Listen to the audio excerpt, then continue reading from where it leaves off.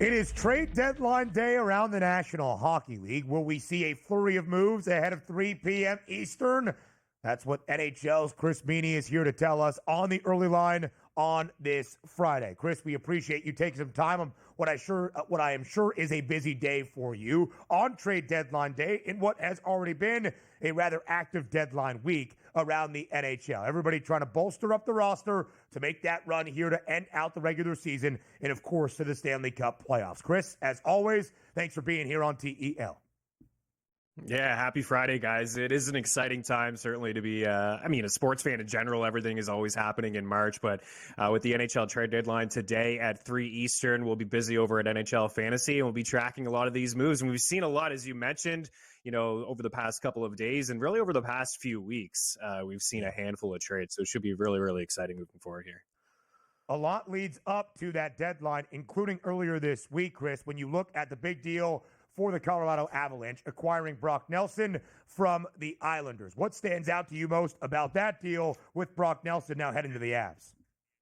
This is an amazing deal for Colorado. This is something that they really needed down the middle of the ice. Of course, we all know that Nathan MacKinnon is a stud, but you go back and look at the last time the Avalanche won the Stanley Cup, they had a solid number 2 in Nazem Kadri, and they lost him through free agency after they won the cup, and they've been starving for somebody who could be on that second line. And Brock Nelson, this is a 9-time 20-goal scorer, 9 of his 12 years. He's hit the 20 mark, 18-plus goals in 11 of his 12 seasons, 30-plus over his past 3, averaging 36 per over that span. And just since the start of 2021, he's top 25 in goals. So you look at some of the edge stats, he brings a lot of speed to an already fast Colorado team with McKinnon and Cale Makar, and you got Duran and Nichushkin back in the lineup as well. It moves Casey Middlestat to the third line, so it gives him a lot of balance. Middlestat's a nice player, but he's not a top 6 player. So it gives Colorado a lot of balance. And moving on from Mikko Rantanen, that surprised a lot of people, but even the organization said, it's nice to have Mikko Rantanen. Kind of felt like they were a one-line team, a lot of, top-heavy guys. But now moving on from Rantanen, getting Martin Necas from Carolina, he's been fantastic alongside Nathan MacKinnon, also brings a lot of speed to the Avs, and now Brock Nelson. So you're essentially moving off from Mikko Rantanen, and then you fill some holes with those 2 players as well. So Colorado love this move by them, and they're certainly worthy of being, cup contenders. Other moves that you see there, Jake Walman, another great ad by the Oilers. They've lost 6 of their past 8. They need help on the blue line. They've allowed the second most goals since the Four Nations face-off. We know what they have to offer in Draisaitl and McDavid. They went to the Stanley Cup final last year and lost by a goal. So Jake Walman is a really terrific ad and just shores up what they needed, and that's some help on the blue line. What we love about obviously being on a trade day here for us, Chris, is the fact that, pressure burst pipes here. You got to get these deals done by 3 o'clock. If we're looking at major moves that could come down today or expectations, give us some looks out there who big superstar names that you're hearing might be on the block and could be moved today. Well, it's funny, like Mikko Rantanen again, right? Carolina goes all in. This is a team that they haven't been super aggressive over the past few years. Last year, they acquired Jake Gensel, didn't work out. They weren't able to retain him, and they lost him. Then they go out and get a guy like Mikko Rantanen on an expiring contract again. Some reports that they can't, extend him. So Carolina's thinking, listen, if we can't extend him, we don't want to lose him for nothing. Let's try to get something. So there were some reports last night that he was traded to the Dallas Stars. That deal, reportedly fell through. So we'll keep an eye on that move moving forward. Well, Carolina, for me, I think this is a team that should go all in, maybe be aggressive and grab somebody else. But Mikko Rantanen is going to steal all the headlines if he is traded. He's won a cup. He's one of the best players in the NHL. Some other players to keep an eye on, not to the same kind of level as Mikko Rantanen, but Brock Besser, right? The Canucks they moved on from JT Miller. They're struggling to pick up wins. I know they're hanging around in a playoff spot at the moment, but Brock Besser's on the final year of his deal, and he's a guy that can help. He can, for example, Florida, he would fit in perfectly inside the top 6 with the Panthers. Other lesser names like Ryan Donato for the Chicago Blackhawks, Jason Zucker for the Buffalo Sabres. We know that those 2 teams are selling. I'm not sure what the Penguins are going to do. They've made a couple moves here and there over the past couple of weeks, but Erik Karlsson is still a stud. We saw him, he was fantastic for Sweden in the Four Nations face-off, and Rickard Rakell on the Penguins as well. Those are 2 players that they still have term left on their deal, but the Penguins could certainly move off from either one of those guys, and they would be really good ads. But all eyes are on Mikko Rantanen, guys. And, if he goes to the Dallas Stars, they're already loaded right now. But if he goes to the Stars, they would be clear-cut favorites in the NHL, in my opinion. Yeah, and Chris, this pretty late, the trade deadline in the regular season, so trying to build up that team to make a Stanley Cup run. You talked about some teams and some players that might make a move. Let's look at those Stanley Cup odds here in the stretch run of this regular season on deadline day. Are any of these prices for any of these teams going to shift a ton in the next 5 hours or so? Well, you could maybe look at the Golden Knights as a buying window right now. They picked up Riley Smith, who won a cup for them, a couple years ago, and Vegas is stacked on the blue line, and they'll probably add. I mean, they've been adding over the past couple of years. It's all they do. They don't care about first round picks. It's like the Rams, right? They don't care at all. Like, give me all the assets. We're win now mode. So that number could move a little bit shorter. I look at the Tampa Bay Lightning. I still think that that's a buying window for them. They picked up Yanni Gourde, who won a couple cups with them a couple years ago, and Oliver Bjorkstrand as well. They've been one of the hottest teams in the NHL. I don't think they'll do anything else, but I think that's a strong number at 12-1. I don't believe that the Stars will move all that much, even if they get Mikko Rantanen. It could move from 7 to 6 or 5 in certain spots, but I really like them overall as a squad. I've liked them over the past couple of years. They've been to the Western Conference Finals in the past 2 seasons, and you look at mid-November, they're the best team in the league. And since the calendar has turned to 2025, they lead the NHL in all categories, wins and regulation wins and goals. They have the best penalty kill in the league. They have the best power play in the league over the past 6 weeks as well.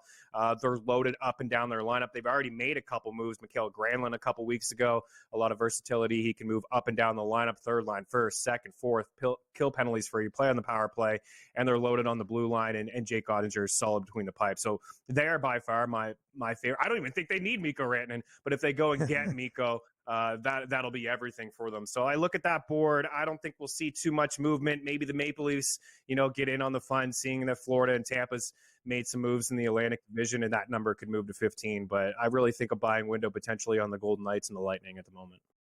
Pretty compact on the left side of those Stanley Cup odds. 5 teams, the 5 best prices, all separated by just $1. Chris Meaney joins us to break down the action tonight in the NHL next.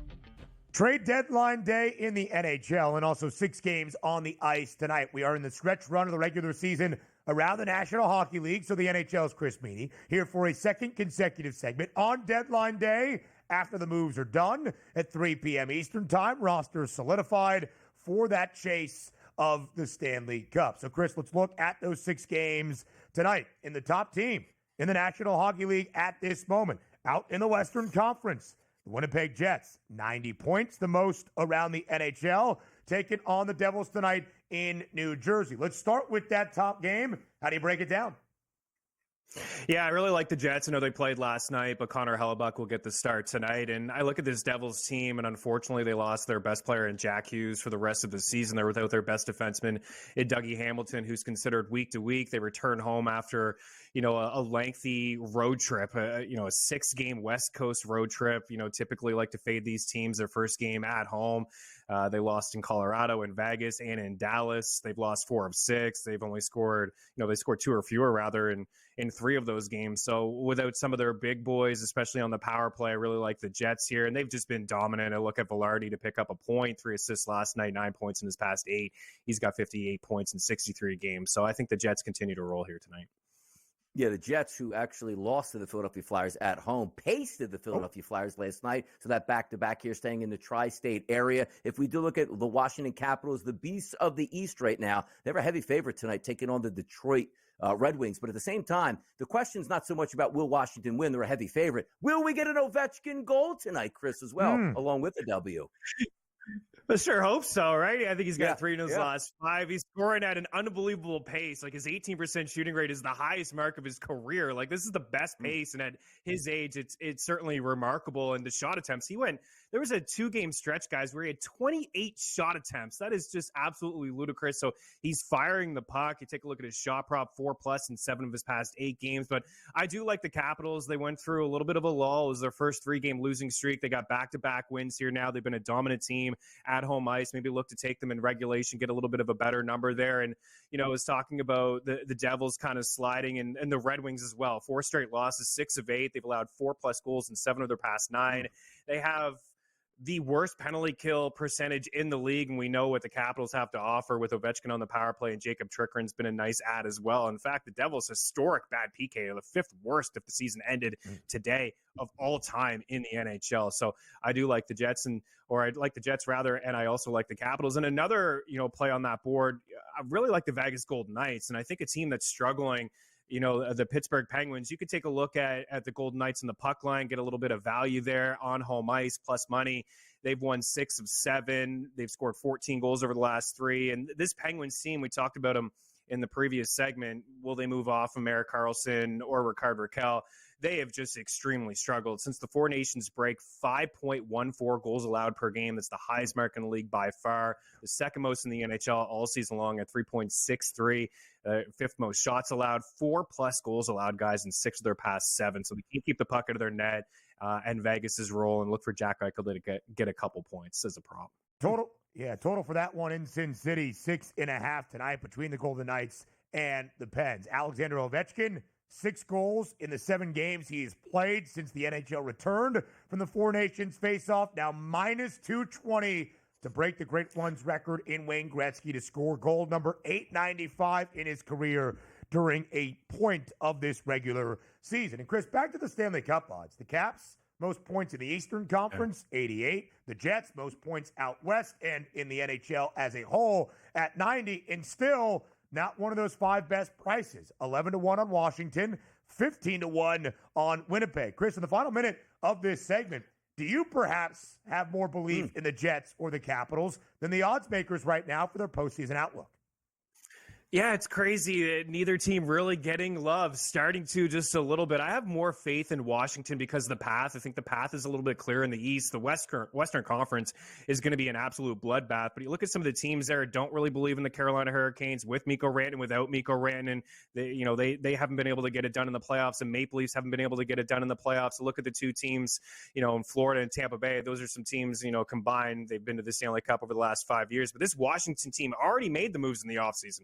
Logan Thompson having a Vezina candidate season. Pierre-Luc Dubois picked him up, having a great season. Match up Jacob Chikrin among the leaders on the blue line in goals. So I don't think that they'll add. You'll probably get the same sort of number, but this is a team that has Stanley Cup experience on the squad. So, a pretty clear path in the East. It's very top heavy. So if you're looking for somebody to back, Capital's been strong all year. Chris Meaney, we appreciate the time as always. Thank you. Enjoy Deadline Day. Hour number 3 up next.